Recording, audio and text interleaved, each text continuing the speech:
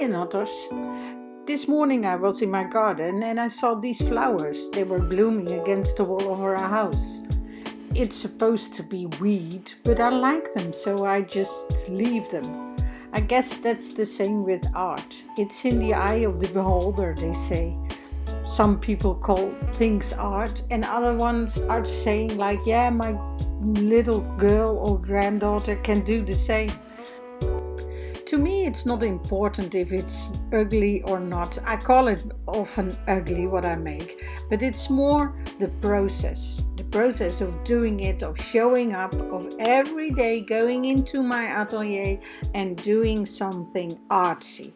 That gives me a lot of energy, and that's what it's all about.